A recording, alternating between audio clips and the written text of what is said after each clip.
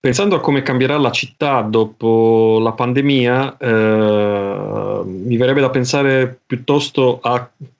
come personalmente vorrei che cambiasse sulla base degli studi che abbiamo fatto fino ad oggi sulle comunità resilienti, che è poi il tema del Padiglione Italia alla Biennale, di cui ora ancora non si può parlare molto, ma quello che si può dire riguarda la ricerca in generale sulle comunità resilienti.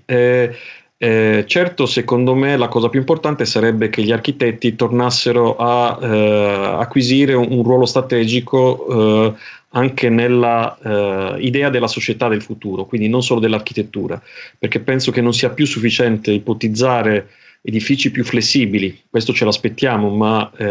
come dicevo non sarà una condizione sufficiente.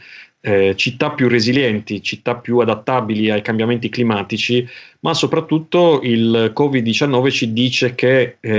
ormai il rapporto tra pressione ambientale e condizione umana e diciamo crescita urbana è diciamo in crisi al tracollo e quindi è assolutamente necessario ridisegnare un rapporto tra uomo e ambiente che potrebbe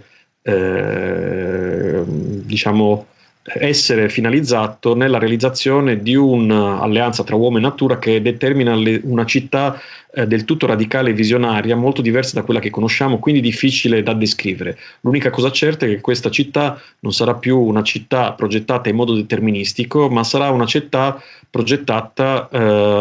secondo l'idea di un sistema aperto, adattabile e armonico rispetto alla relazione tra uomo e natura.